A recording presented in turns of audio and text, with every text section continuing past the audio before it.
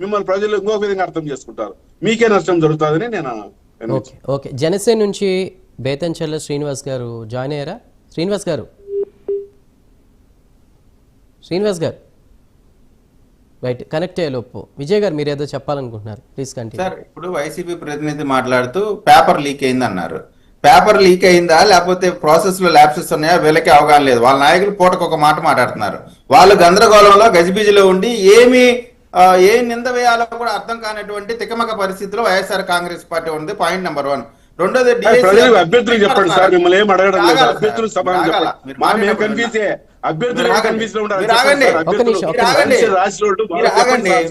మాకేమొద్దులేండి, మేము కన్ఫ్యూజన్ లో ఉంటాం. వాళ్ళకి చెప్పండి, వాళ్ళని నమ్మించండి చాలు. సరే, నమ్మిస్తాం. ఇప్పుడు అభ్యర్థులు అంటే భయపడుతున్నారంట.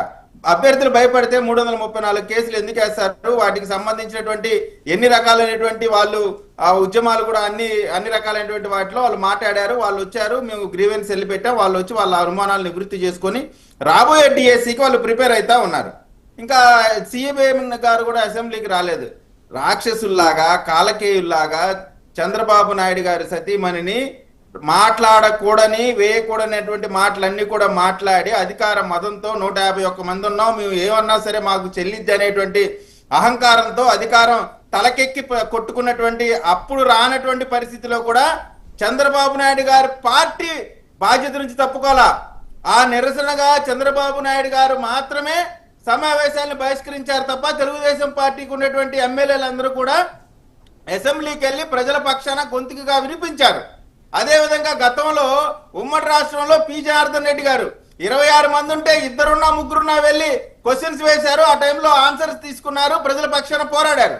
అది రాజకీయ పార్టీ అంటే, ప్రభుత్వం అంటే, చట్టాలపైన గౌరవం ఉంటే. రాజ్యాంగ వ్యతిరేక శక్తులు ఏ విధంగా ప్రవర్తిస్తారు, ఈ హిట్ అండ్ రన్ బ్యాచ్ ఏ విధంగా ఉంటది అనేటువంటి దానికి క్లాసికల్ ఎగ్జాంపుల్ ఎవరంటే వైఎస్ఆర్ కాంగ్రెస్ పార్టీ. అసలు వీళ్ళకి రాజ్యాంగం అన్నా రాజ్యాంగంలో ఉన్నటువంటి చట్టాలన్నా ప్రజలన్నా ప్రజాస్వామ్యం అన్నా 1% కూడా విలువ ఉంటే 2.5 సంవత్సరాల పాటు అసెంబ్లీకి రాకుండేటువంటి రాజకీయ పార్టీ ఈ భారతదేశంలో ఇప్పుడు లేదు, భవిష్యత్తులో కూడా ఉండదు అనేటువంటి విషయం కనపడతా ఉందండి. అనేకమైనటువంటి మీకు అనుమానాలు ఉన్నాయంటే ఏ అనుమానం ఉంది, ఎక్కడ ఉంది, దేని స్పెసిఫిక్ గా కోర్టులో కూడా మీరు ఓడిపోయి కోర్టుకు వెళ్ళిన సందర్భంలో కోర్టులు కూడా కామెంట్లు చేస్తుంటే వీళ్ళు వచ్చి ఊరికే బురద పోస్తా ఉంటే కేవలం ప్రజల్ని అయోమయం చేయాలనేటువంటి ఆలోచన ఒకవైపున పెట్టుకొని మరొక వైపున వీళ్ళు కేవలం గ్రూప్ 1లో చేసినటువంటి దాష్టికాలు మొత్తం కూడా మేము ఒకటే చెప్తానండి. ఇవాళ డిఎస్సి ఉద్యోగాలకు సంబంధించి ఎవరెవరికి ఏ స్కోర్ వచ్చింది, ఎలా వచ్చింది, ఉద్యోగం ఏంటి, వర్టికల్ రిజర్వేషన్ ఏంటి, హారిజాంటల్ ఏంటి, ఏ విధంగా వచ్చి అన్ని కూడా మేము పారదర్శకంగా ఆన్లైన్ లో పెట్టాము. మీరేదో ఉద్యోగాలు గ్రామ సెక్రటరీ ఉద్యోగాలు ఇచ్చారన్నారు.